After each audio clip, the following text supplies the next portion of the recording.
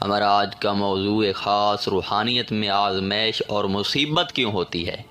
یہ راہ تو اللہ کو پانے کی ہے، پھر اس کے باوجود یہ راستہ آزمائش اور مصیبتوں سے پر کیوں ہے، اور ان مصیبتوں اور آزمائشوں کے پیچھے حکمت کیا ہے؟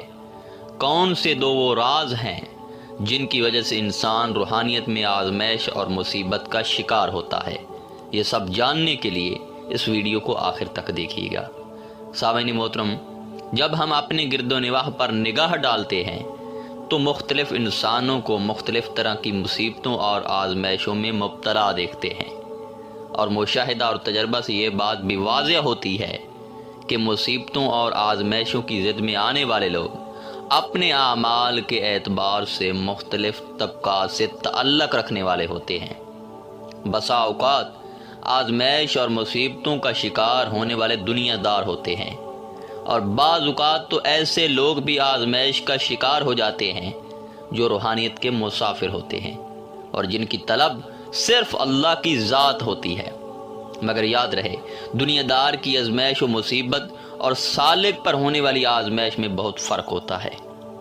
اب جب روحانیت کا کوئی مسافر کسی آزمائش کا شکار ہوتا ہے تو یا وہ خود یہ سوچتا ہے یا دیگر لوگ یہ کہتے ہیں کہ دیکھو بھائی، یہ بندہ تو اللہ کا طالب تھا، نیک تھا، پارسا تھا، مگر یہ بھی آج مشکل میں ہے۔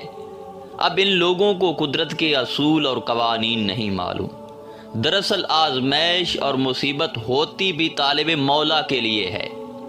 سامعین محترم، ایک شخص بارگاہ نبوی صلی اللہ علیہ وآلہ وسلم میں حاضر ہوا اور عرض کرنے لگا، یا رسول اللہ صلی اللہ علیہ وآلہ وسلم، میں آپ سے بہت زیادہ محبت کرتا ہوں۔ آپ صلی اللہ علیہ وسلم نے فرمایا، تم فقر و محتاجی کے لیے تیار ہو جا اور فقر کی چادر اوڑھ لے۔ ایک اور شخص آیا اور کہنے لگا، میں اللہ کو محبوب رکھتا ہوں۔ آپ صلی اللہ علیہ وآلہ وسلم نے فرمایا، تو بلا اور مصیبت کے لیے تیار ہو جا۔ اللہ اور اس کے رسول صلی اللہ علیہ وآلہ وسلم دونوں کی محبت فقر اور بلا کے ساتھ جڑی ہوئی ہے۔ دراصل محبت کا تعلق ہی روحانیت سے ہے۔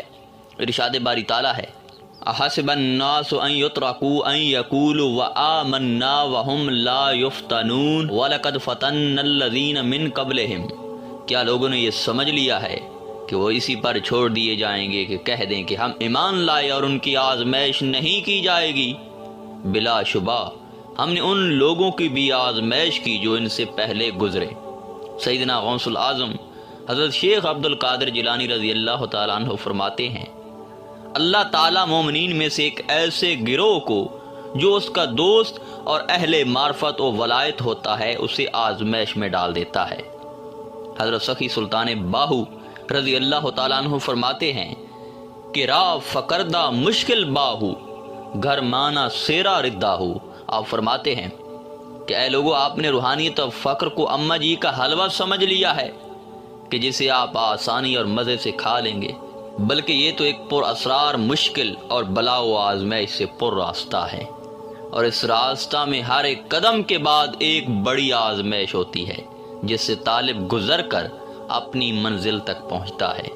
حدیث قدسی میں اللہ تعالیٰ فرماتا ہے، جو میری طلب کرتا ہے پس تحقیق وہ مجھے پا لیتا ہے، اور جو مجھے پا لیتا ہے وہ مجھے پہچان لیتا ہے، اور جو مجھے پہچان لیتا ہے اسے مجھ سے محبت ہو جاتی ہے، اور جسے مجھ سے محبت ہو جاتی ہے وہ مجھ سے عشق کرنے لگ جاتا ہے، اور جو مجھ سے عشق کرنے لگ جاتا ہے تو میں اسے قتل کر دیتا ہوں۔ یہ ہے آزمائش، قتل، اور جسے میں قتل کر دیتا ہوں اس کی دیت میرے ذمہ ہوتی ہے اور اس کی دیت میں خود ہوں۔ سامعین محترم، اب یہاں سوال پیدا ہوتا ہے کہ اس راہ میں آزمائش اور مصیبت کیوں ہے؟ اس کی وجہ کیا ہے؟ کیا حکمت ہے؟ کیا راز ہے؟ دیکھیں، ان آزمائشوں اور مصیبتوں کے پیچھے دو راز چھپے ہیں۔ پہلا تو یہ ہے کہ روحانیت ایک بہت بڑا منصب ہے۔ ظاہر ہے کہ ذات حق تعالیٰ کو پانا اور اس کی دوستی اس راہ میں مقصود ہوتی ہے، اور اللہ تعالیٰ کی دوستی کی کسوٹی یہ ہے کہ وہ نعرہ لگانے والے کو اپنا دوست نہیں رکھتا، بلکہ جو ہر مشکل، ہر طوفان میں اس کی محبت میں پہاڑ کی طرح جمع رہے اسے وہ دوست رکھتا ہے۔ اب جو راہ فقر و روحانیت ہے یہ تو سراسر اللہ تعالیٰ کی دوستی کی راہ ہے۔ اب یہ جو راہ ہے اس میں ہر کوئی آتا ہے اور ہر کوئی اللہ سے دوستی کا دعویٰ رکھتا ہے۔ ارے نادان، تو نے کائنات کی سب سے بڑی ہستی سے دوستی کا دعویٰ تو کر لیا، اب کیا وہ تجھے ایسے ہی دوست رکھ لے گا؟ تجھے چیک نہیں کرے گا، تیری آزمائش نہیں کرے گا؟ یقین نہیں آتا تو واقعہ کربلا ہی دیکھ لیں۔ اب وہ ذات کیا کرتی ہے کہ جو اس راہ میں خدا کو پانے کی غرض سے نکلتا ہے، وہ ذات اسے طرح طرح کی آزمائش میں ڈالتا ہے تاکہ معلوم ہو سکے کہ یہ کچا ہے یا پکا ہے، میری دوستی کے لائق ہے بھی یا نہیں۔ ظاہر ہے اتنا بڑا دوستی کا اعزاز فری میں تو نہیں ملتا۔ اب جب اس راہ میں چیک کرنے کی غرض سے انسان پر آزمائش کا نزول شروع ہو جاتا ہے تو وہی انسان جو کل تک عاشقی اور دوستی کا دعویٰ کرتا تھا، وہ آزمائش اور مصیبت سے گھبرا کر اپنی جان کو عزیز جان کر راہ فرار اختیار کر لیتا ہے۔ کئی من تارے تر تر ہارے تے کوئی سلامت چڑھے آہو۔ حضرت سخی سلطان باہو رضی اللہ تعالیٰ عنہ فرماتے ہیں کہ اس راہ میں بہت سے دعویٰ کرنے والے لوگ مصیبتوں اور آزمائشوں سے گھبرا کر فارغ ہو جاتے ہیں۔ آپ فرماتے ہیں کہ اس راہ میں کئی لوگ بھٹک جاتے ہیں، کئی لوگ مرتد ہو جاتے ہیں، کئی لوگ شریعت کے ارکان اور اعمال نماز روزہ سے تارک اور فارغ ہو جاتے ہیں اور شریعت کے دشمن بن جاتے ہیں، اور کچھ لوگ ان آزمائشوں سے صحیح سلامت گزر کر اپنے رب کو پا لیتے ہیں اور اس کی ذات میں غرق ہو جاتے ہیں۔ یعنی روحانیت میں آزمائش اسی لیے رکھی گئی ہے کہ کوئی کم بخت جھوٹا شخص عشق کا دعویٰ نہ کرے، جبکہ روحانیت میں اس آزمائش اور مصیبت کا دوسرا راز یہ ہے۔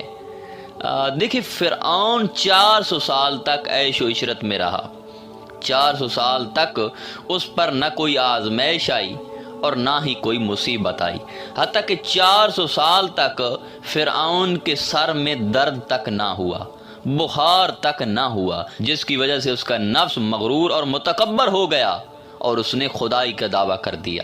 لہذا روحانیت میں آزمائش کا دوسرا راز یہ ہے کہ اس راہ میں اگر کوئی انسان بغیر آزمائش کے کامیاب ہو جاتا ہے، اس پر کوئی مصیبت نہیں پڑتی یا اس کے نفس کو رگڑا نہیں لگتا، تو چاہے انسان کسی منزل پر بھی پہنچ جائے، اس کا نفس اسے بلندی سے گرا کر پستی میں دھکیل دیتا ہے، اسے رب سے ہٹا کر کشف و کرامات میں مبتلا کر دیتا ہے اور خالق سے ہٹا کر مخلوق کی جانب موڑ دیتا ہے۔ اور اگر اس راہ میں آزمائش نہیں ہوتی تو روحانی شخص جس کے پاس کافی روحانی پاور ہوتی ہے وہ فرعونیت کے دعوے کر دیتا ہے، جس طرح ابلیس کی مثال آپ کے سامنے ہے، اور لوگوں کو رب سے ہٹا کر اپنی جانب مائل ہونے پر لگا دیتا ہے۔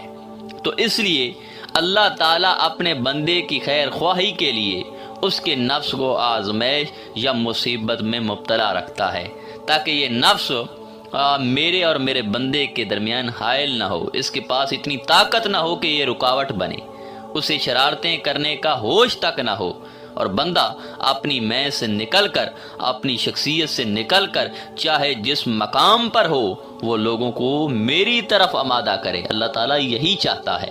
امید ہے کہ اس گفتگو سے آپ نے یہ موضوع کافی حد تک سمجھ لیا ہوگا۔ انشاءاللہ تعالیٰ ملتے ہیں ایک نئے موضوع میں، تب تک اللہ نگہبان۔